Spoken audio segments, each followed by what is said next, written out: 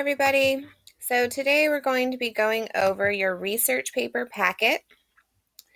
Remember that you can find this in modules on Canvas, and you'll need to hold on to this packet for basically the rest of the semester.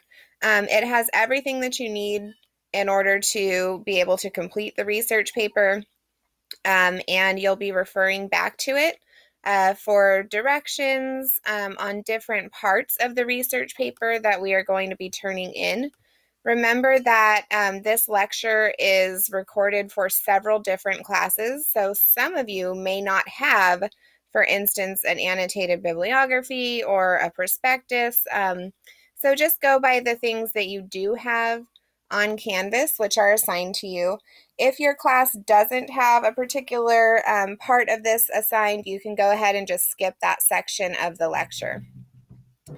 Okay, so first of all, fun memes for writing the research paper. I know this is everybody's favorite part of the semester, but hopefully this research paper is a little bit different. You can choose your topic, and it allows you to do something that's interesting to you. Okay, so the first part is the research paper planner.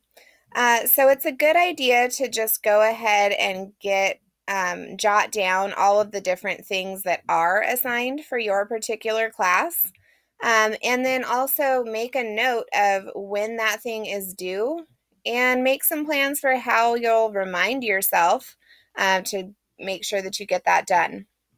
An important note that applies to all of my classes: remember that the plea, which is basically your one-time get-out-of-jail-free card that you can use throughout the semester, you can no longer use the plea once we start work on this paper. So you want to make sure that you get things turned in on time, and making a plan for how to do that so that you can remind yourself is the best way to go ahead and, get those things done. Because the plea is no longer an option by this point. You basically have to use it or lose it by the end of SA2, so hopefully you did that. Of course, if you run into a true emergency, that's different, right? Then you can get a hold of me. So look in the schedule of classes, and you should see due dates for whichever of these assignments apply to you. Write those things down and then make some plans for how you will make sure to get those done. Okay, so that brings us to the prompt. This is our last essay. It's going to take up a significant amount of time in the semester, and we'll go over all of the expectations. So for this next part of class, we are going to be researching various issues. We'll be talking about how individuals can respond to those issues in meaningful ways. We'll be looking at all kinds of things, social, ethical, political issues, all kinds of stuff. And you get to take a stand about those topics after reading about them. So all of them deal with different things, but overall they each point to important conversations about what we as individuals should be doing in response to issues that concern us. So for this particular project, you're going to choose an issue based on the class readings, and then you're going to research that thing a bit further to complete the paper.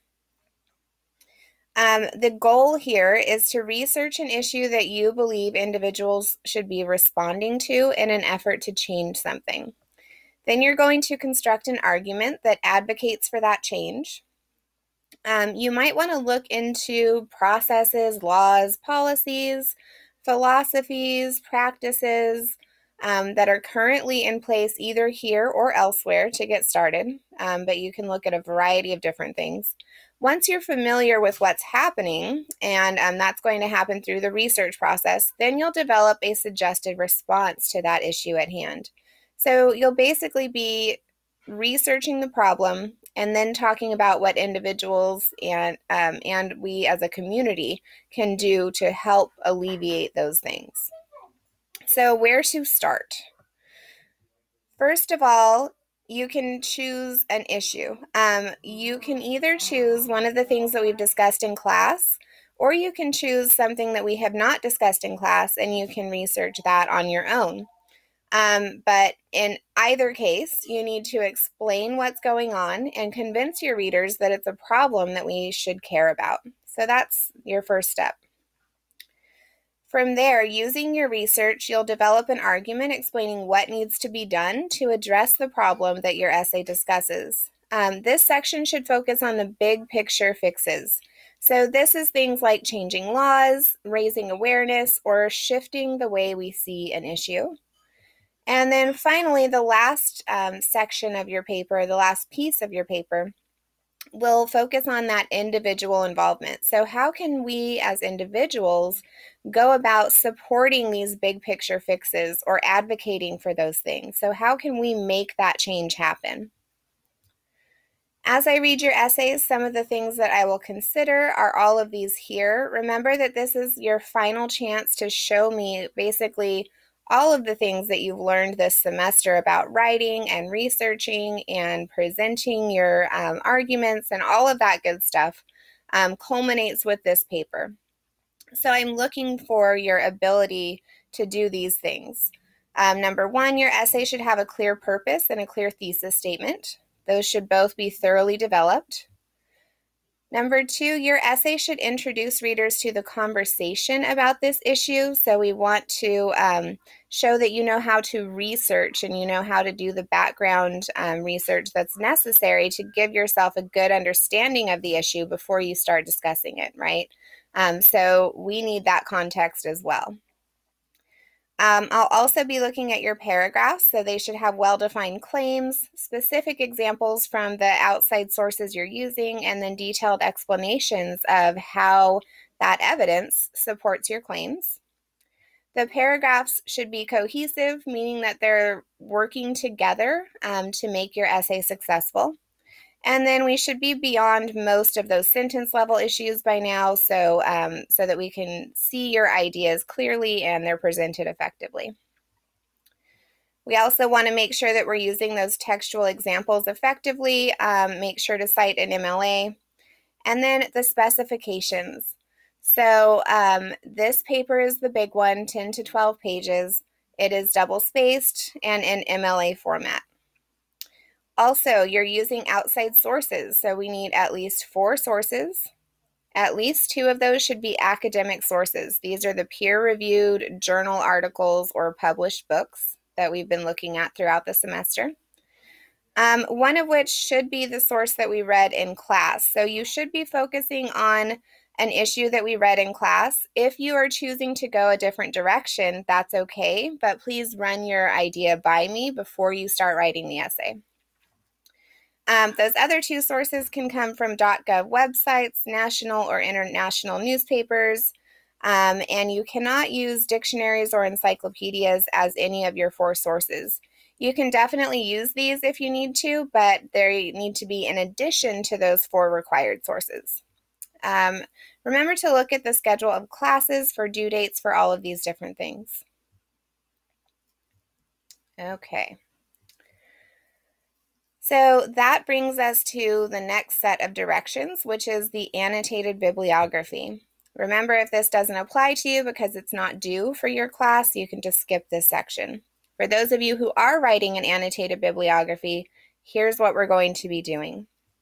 An annotated bibliography is basically a works cited page with the addition of a paragraph under each source, and you're explaining in that paragraph how you'll use that source in the essay. So this is just a planning tool. So how should you go about completing the annotated bibliography? First, you need to gather the sources you'll be using for your essay. You can use the library's research databases to find those scholarly sources. Your annotated bibliography needs to have 4 sources. 3 of those should be scholarly journal articles. The other 1 can come from a .gov website or a national newspaper. Some issues that you can choose from to focus on for the essay are all of these things here, but remember you're not limited to those, so if you want to take on something different, that's fine, just run it by me. Some ways that your source can function in your paper are all of these things here. So you can explain the problem from multiple points of view. You can use sources to define important terms, use them to support your claim, address naysayers, so people who would disagree with you, use them to propose solutions, give examples of how other people have addressed the problem, talk about how individuals are affected by this issue. So that's just to name a few. If you haven't done an annotated bibliography before, I've also provided you with a template. So if you're not sure how to do this, you can literally just fill in these blanks to create the assignment. So the first thing that you need to have as part of your annotated bibliography is a thesis statement. You can fill in the blanks to create your thesis and then either leave it like that if you like it or change it around later when you get more comfortable. But your thesis for this paper needs to state the problem, tell us why it's a problem, and then mention a part of the big picture solution and part of the individual steps that we can take to support that. So your thesis should be here. After that, then you will gather the citation information for each of your sources and include a paragraph explaining how you'll use specific information from this source to support specific claims you'll make in the essay. So for each of your sources, you'll have your MLA citation here, followed by that paragraph explaining how you'll use information in that source to help you in your essay. You do that for all 4 of your sources, and that's what you turn in. I also have an example of an annotated bibliography. This is a student sample annotated bibliography, so that you can see what this looks like. So you can see the header information is here, the student's thesis is there. This is her first source, followed by a paragraph about how she will use this source in her essay, source number 2, paragraph number 2, and so on. So that's what the annotated bibliography looks like. Again, as always, questions, you need help with those assignments. Once we get to them, let me know. The other assignment that your class may or may not have, depending on which course you're taking. Some people are writing the prospectus, others are not. So again, if this doesn't apply to you because it's not assigned for your class, just skip this section. For those who are writing a prospectus, here's what to do. So the purpose of a prospectus is just to get you thinking about your ideas for your paper early. So you have time to do research and complete the many parts of that assignment, right? This is a big essay. So your prospectus is basically just a written plan for your essay, and it's going to tell us what you plan to write about in a fairly specific way. So here's what to do. You'll write one paragraph where you give us a basic overview of everything you'll cover in the essay. So you're going to tell us what the problem is that you're discussing, what your proposed big picture solution is, and then also how you suggest individuals can get involved. You should also include your thesis statement here. So this is a great planning tool to help you sort of get all of that into words early on in the writing process. The second paragraph of your prospectus is going to go into more detail about the problem at hand. So this is a good place to sort of plan out what different aspects of the problem you will discuss in your paper, why it's important that we know about this problem, things like where this issue occurs and who is affected. All of that good stuff can go in here. The third paragraph should focus on the big picture solutions that you are going to discuss in your paper. So think about specific things that you want to change. Are you changing a way of thinking? Are you changing a law or laws? Whose mind or which laws do you hope to change? Where does this change need to happen? So those are some things you can discuss in paragraph 3. This is all about the big picture solutions. And your fourth paragraph is going to deal with individual involvement. So what steps can we take as individuals to address this problem? And you'll need to discuss, which things you will be talking about in your essay regarding that individual involvement piece. So again, this is just another planning tool. And it's basically written plans for where you're going to go with your essay. I've also included a sample prospectus here so that you can see what that looks like. So here's that sample prospectus. Again, all of the header information is here. And then we have this first paragraph, which gives us a general overview of what is going to be discussed in the essay. Then we have a paragraph talking all about the problem. This paragraph will be talking all about those big picture solutions. And then the last paragraph discussing individual steps that we can take to help alleviate this problem. So that is a sample prospectus. Of course, if you need help with that, you can always come to me for help, your groups, tutors, lots of people able and ready to help you out. Okay. Some of you will be turning in your outside sources as an assignment for class. If you are doing that, then what you're going to need to do is, number one, get all of your sources together. So if those are journal articles or ebooks or websites, whatever you're using, make sure that you have a PDF of that particular source. And then you'll need to turn those things in. Remember that if you're turning this in for your class, you will need to submit PDF documents. If you're having any trouble with how to get a hold of the PDF for your particular source, let me know. But then you'll need to also read them, annotate them, and you'll be submitting your best page of annotations as well. Again, if this assignment does not pertain to you because it's not assigned to your class, then don't worry about it. Okay. So that brings us to how to use databases to find scholarly sources. I've listed the steps here for Fresno City College, and it looks like my other two didn't get saved to this version, so I will make sure to upload the PowerPoint that has those step-by-step directions. But if you have not seen that PowerPoint already, it will be in your modules. So if you're not sure how to find scholarly sources, please let me know, and I'm happy to go over that and or show you to the PowerPoint that has these step-by-step directions for your particular university or college. Okay, the next part of this packet is your workshop options. So you'll see as we get into the writing process for this particular essay that you are required to do a number of workshops. I have given you lots of different workshop options, and in some cases it's up to you to choose which one to do. In other cases, I'll say, go and do this particular workshop. So these are all of those workshop options. You can find them in the research paper packet, and each one focuses on a different topic and has some different things that you can do to help you workshop your essay. So we've got several of those with examples and blank templates so that you can do your own workshopping.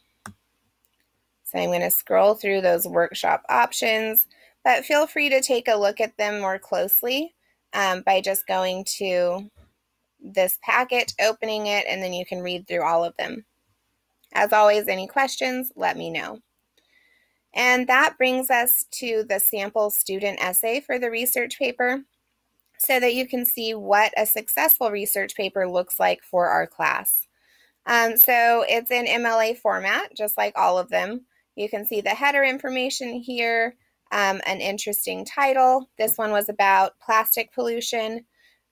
And you can read through this sample student essay to see really what this looks like. So we've got an intro with a thesis, and then we talk about the problem, the big picture solutions that the student advocates for, and the individual involvement that that person thinks would help out. As you can see, we're using lots of different sources in this essay. So all of those claims that are made then are supported with evidence from various scholarly sources and things like that, to help present and persuade readers to believe that this thing is a problem and to feel like they should care and maybe do something about it, right? Okay, so that is a very quick explanation of your research paper. We will be talking more about the different parts of the research paper and what to do and choosing topics and all of that good stuff. So just sort of keep this in mind for right now. If you're just getting started, definitely make sure that you take a look at the schedule of classes and write down those due dates so that they don't sneak up on you. As always, any questions for me, please make sure that you get in touch with me so that I can help you out with the research paper.